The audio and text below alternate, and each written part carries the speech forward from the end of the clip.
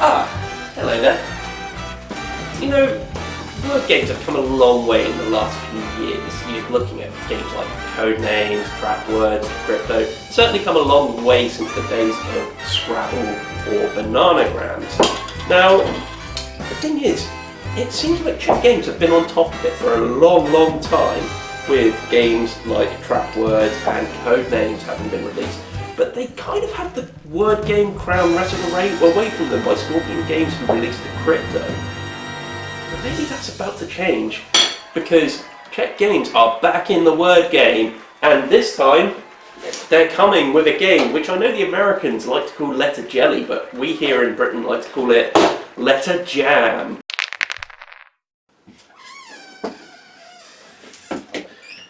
Okay, so let's perhaps talk about a couple of those games that I just mentioned there. What about Codenames? Where did that come from? Well, before Codenames, you really only had Scrabble and Bananagrams, which were highly competitive, kind of not necessarily one-on-one games, but certainly played as individuals around a table. This was all completely changed when Vlaada Chvátil released Codenames, which was a team-based game. Two teams would team up, and it was more about word association than making words themselves. However, it is still a word game. This was then followed up again by Czech Games with Trap Words, which developed the team dynamic and made it more of a... It was still word association, but you were kind of picking out words and trying to trap your opponents and things like that. So in other words, one team would set up words that the other team couldn't say when trying to use words to describe the word they had. Then that was followed up by Scorpion Master Crypto, which is an absolute masterpiece, which basically you've all got 3 or 4 words put in this little display in front of you, and each one is related to a number. You have to crack that code if you're the other team, while simultaneously trying to throw people off the scent of what words your ones are related to the numbers and stuff like that. That brings us to Letter Jam, which is going to try and wrestle that word game crown away from Decrypto. Letter Jam is a fully cooperative game, and that is very, very important. So, how does a game of Letter Jam play? Well, we will start off by handing round these cards just here. What these are cards just with letters on the back of them. There we go. And you'll be evenly distributing these amongst all the players. So you'll have a different number of cards depending on how many players are playing. So have those and you pass them around. You'll then take these cards and you will make a 5-letter word out of them. There we go. And it will usually end up being something very, very immature, like so. Don't worry too much if you look at your cards and you think, I can't make anything out of these, because as other people are finishing their 5-letter words, they will then be putting their discards in the centre of the table. You're then allowed to take those and try to help you make a word. You can also adjust the difficulty of the game. You can either play making 6-letter words if you're feeling a bit more adventurous, or shorten it down to 4-letter words if you're playing with younger children or stupid people. Okay, so once you've made your 5-letter word here, what you're going to do is you're going to shuffle them up, and then you are going to pass them round to the player to your right, who are also going to hand you, who then is going to hand their cards to the player on their right, and so on and so on.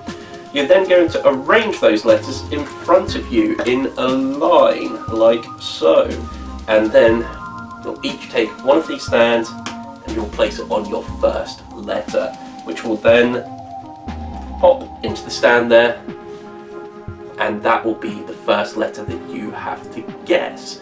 At this point, you're going to all look around the table. There's going to be a couple of NPC kind of stands as well, which are going to hold a number of cards, but you're also going to have one of these cards, which are going to be in the centre of the table.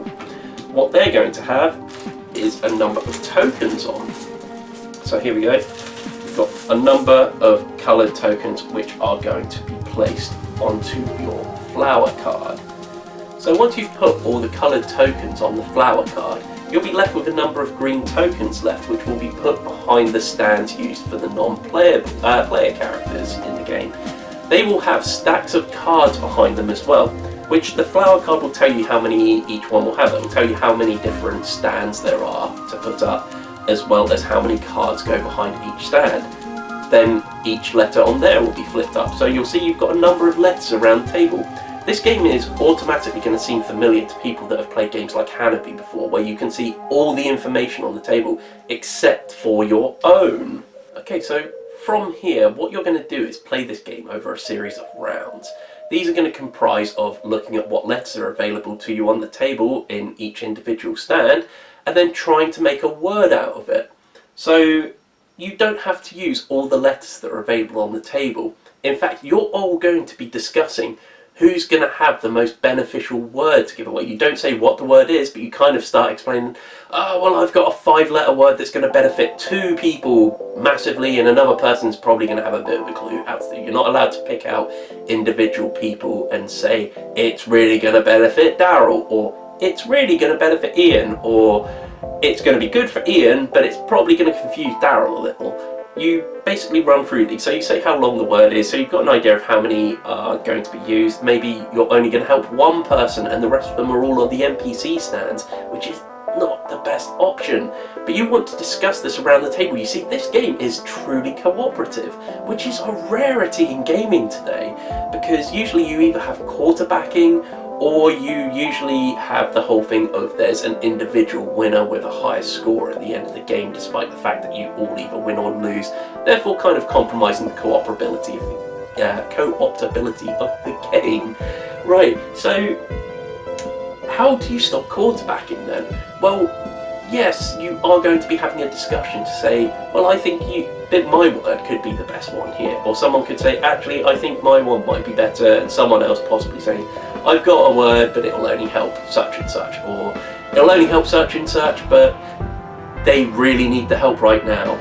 So what will happen is you will take one of the tokens from the center flower. If you've got one of each colour, both a red and a green, you can give no more clues until everyone else has both a red and a green token. So in other words, you'll take a green token first, you'll take a red token second, and then you're kind of out of giving people clues until everyone else has caught up to you, after which everyone can start giving clues. The game actually ends when all the clues are gone from the flower, and so you are kind of running on a bit of a time limit in this game. What will happen is you're going to keep giving clues to one another, and when you're pretty sure you've got your word, because you've got these trackers here which allow you to write down the sequence of letters that have happened on this turn, and you also get to put in the white box at the end what you think your letter could be based on it. Then you have these down here. When you've decided you think you know your word, what you're going to do is you're going to take that letter, you're going to fold it downwards, you're going to move your stand onto the next letter, and then you're going to pop that up on there. When you think you know what that letter is, you're not allowed to revisit it again. You'll simply write it in one of your white boxes down here. In fact, you'll write in the first one if it's your first letter, second one if it's your second letter, and so on.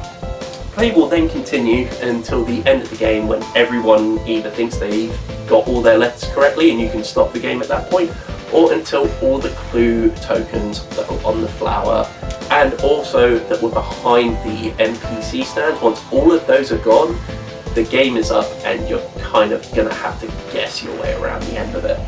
This is where the fun bit comes in, because once you think you've known all your letters, what you're going to do is you're going to use your chart down here to rearrange them at the bottom in the grey into a word. You can then rejumble about your letters and then reveal them at the end to reveal a word. It doesn't even matter if it's the word that got past you. As long as your letters are correct and you've made a word there without looking at them, then you're fine. Everyone does that, everyone wins the game. If one person doesn't, everyone loses. So like I said, this game is actually fully cooperative, and unlike some games like Pandemic and Zombicide, where sometimes players can quarterback the game and basically dictate what happens, and some people can just be along for the ride, or in other games like Marvel Legendaries, the one which I always come to, where you score a number of points over the game despite the fact that it's a cooperative game. You all win or lose together. However, if you win, there's a winningest winner. And I don't like that, because it discourages cooperation. You're going to do things which is going to damage the team in order to further your own score. It's a real tricky one, but this game gets around that superbly. Yes, you're going to have the louder people during the group discussion as to whose word we're going with. You are going to have the louder people in there, but they are going to be limited with what they can do by the tokens that are available in the centre of the board and the ones which people have already taken. It's a really ingenious system. So, how do you actually convey to one another that you are showing this letter or that letter over the course of the game? Well, you've got these rather lovely poker-like chips with numbers on. So, I might throw a 1 on this letter, a 2 on this letter, a 3 on that letter, a 4 on that letter. And what's going to happen then is they're going to write down the ones that they can see and the ones that they can't with question marks. So that's how you basically communicate between one another what each person has on the board and what letters relate to what word. So, what are my thoughts on this game? Well, it's funny, it's really great, and it's flexible. It's a word game that is so inclusive, because people that aren't very good with words still get to do something here. Sometimes a 3-letter word is more helpful than a 9-letter word, simply because you have a word, for example, bus, where you could have said the person with the U is the person that you really want to get their letter because they've really been struggling. So you do B something S. Surely that's got to be a U, right? I mean, there's no such word as boss. I mean, like I said, the game is funny. You don't even have to use real words if you don't want to. It comes at a certain degree of risk. For example, you may want to use onomatopoeic words. We had a game where someone came up with the word when we really wanted to get someone to guess the letter H. So they just put an H on the number 1 token on the person who had the H card, and then the M card just put token after token after token after token after token and said, yeah, you could go on. And that's legal. Abbreviations are legal as well. So EMT, for example, you could go with that. They do carry a certain amount of risk. Even alternative spellings, like I've already joked at the beginning of the video about the differences between jelly and jam at the beginning.